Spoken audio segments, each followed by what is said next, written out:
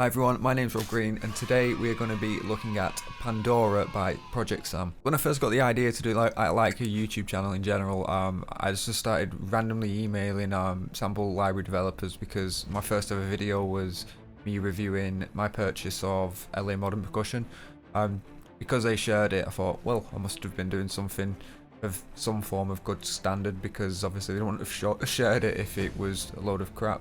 I just started emailing and I was getting the same responses back, and it was basically, your channel wasn't big enough, you aren't getting enough traffic. I can understand why now, because you know I've only got like a small audience at the moment, and the idea behind these reviews when they give out copies is to try and pull people in to buy their product. With my tail between my legs, I just thought, you know what, maybe I was being a bit too cheap. Maybe, you know, I should probably invest a bit. So, you know, I bought a few sample libraries on the way and have used them in videos and stuff like that. But ProjectSAM actually got back to me, and they did honestly watch my videos because I was quoting phrases from the videos I was doing and stuff, and literally said, look, we like what you're doing. You know, we're not going to sponsor you, but here's a free copy of Pandora. It's more of a utility tool, so it's got quite a lot of more the effects side of using instruments. You know, there's lots of glissandos and risers and tonal pulses and clusters. So here we have Pandora inside Contact, and you get combos, effects, clusters, tonal, pulses, risers, and percussion. With the combos, it's basically, they're all multis, so if we just load up Big Builder, just get the mixer out of the way.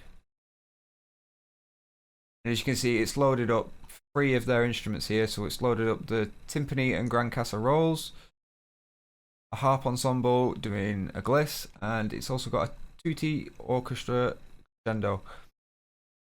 And how it works is, if you look, this says master and these say linked, and all that means is the fact that whatever you program this one to do in this little matrix here, it will do the exact same to the 2 patches underneath.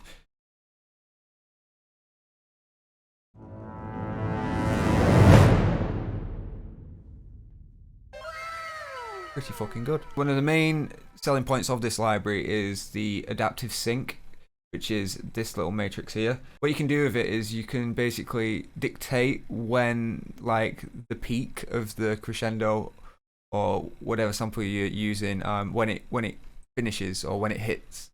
If you put it on downbeat, no matter how long you play the note for, it'll figure it out itself based on like where your locators are, and it will just play a downbeat. So if I just go here now, I'm just going to play it in. I'm just going to pick somewhere random, and if I just, it will make it land on bar 1.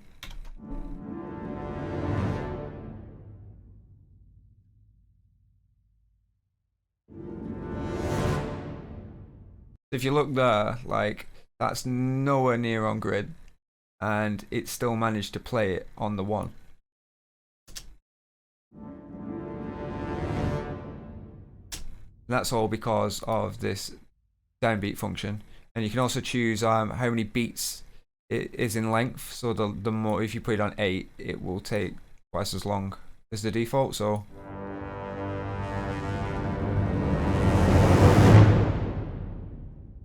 whereas if I put it back down to 4,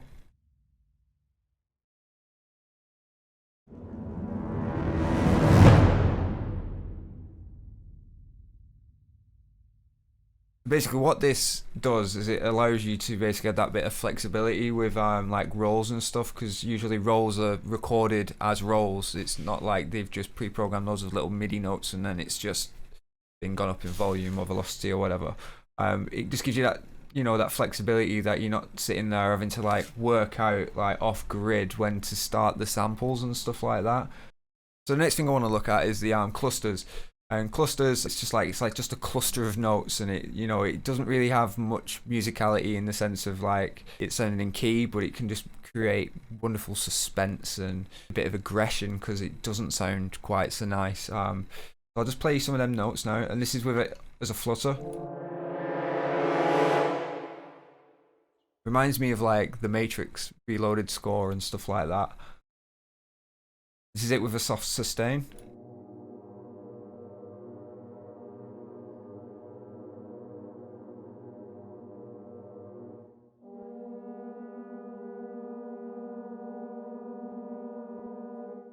can see, like hear it. It's like it's more than one note, and they're kind of like going in and out of tune, and it just kind of adds like suspense. It'd be really good for like horror and stuff like that, where you're trying to imply that type of tension without being blatantly obvious. So we've got tonal, which has lots of different goodies inside. So I'm just gonna pick up the tonal brass low ensemble. It's a crescendo. So play one of these notes.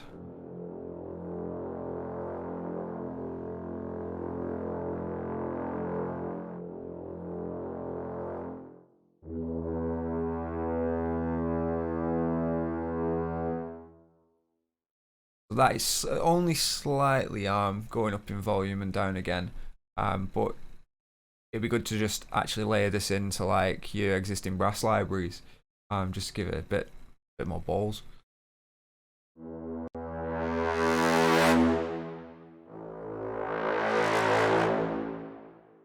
And there's your crescendos.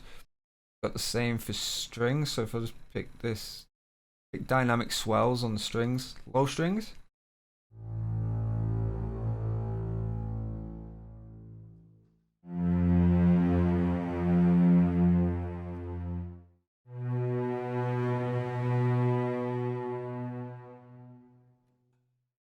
Let's do the winds.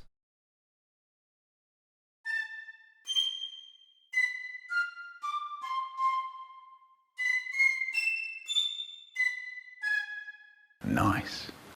Right, as for risers, now we've got string risers. So if I just grab these up, everybody's heard these. You hear them on all the cinematic sound effects libraries and stuff like that.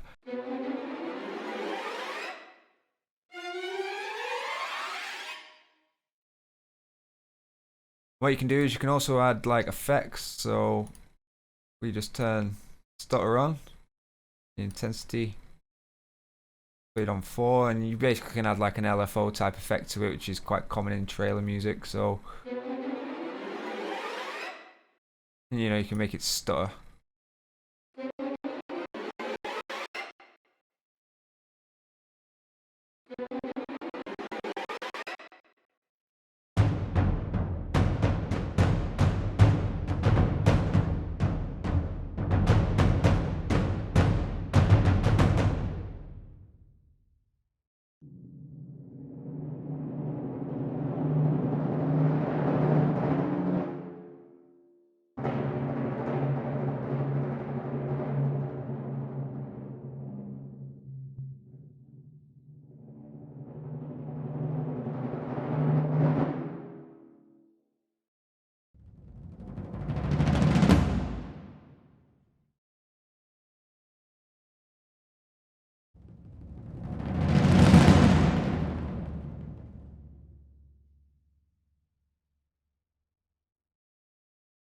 Right, so let's move on to the track I've written. It's like a short action style cue. The majority of the stuff used is Synthphobia. The only thing I have really used is I've used some synths just to give it a bit more rhythm to the piece, and I've just used some strings and stuff like that just to give it a bit more musicality. So let's take a listen.